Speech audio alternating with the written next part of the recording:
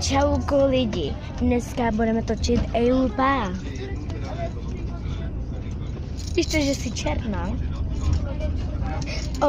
Lidičky, máš pěkný srdce. Čau lidičky, jsem černá jako blej. Čau. Radku. Něco.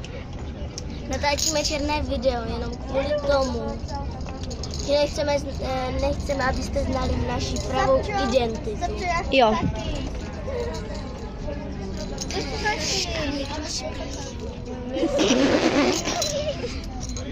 Čau lidičky, já jsem celá černá. Ahoj. Pohár, můj milý.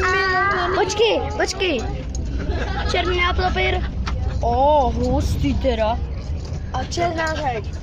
Byla dneska bouřka a tu bouřku přežili jenom 35 lidí.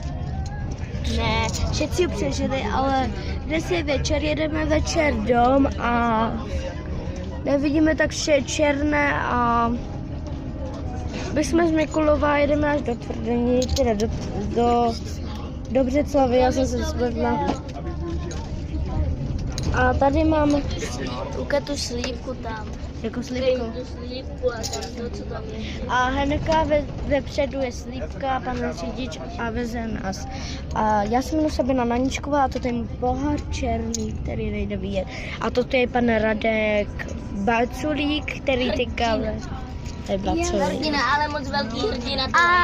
Jo. A já jsem Stevča Stráková. Já jsem Stevča Stráková. Neměla bys si říkat svém příjmení? Nesmíš říkat jméno a příjmení, protože my nechceme, aby znali naši identitu. Ona se nejmenuje Stella Straková. My nechceme říkat naši identitu, ale Stella Straková se nejmenuje, ona se jmenuje jinak. Ona se jmenuje, kterou vám nemůžeme říct případně.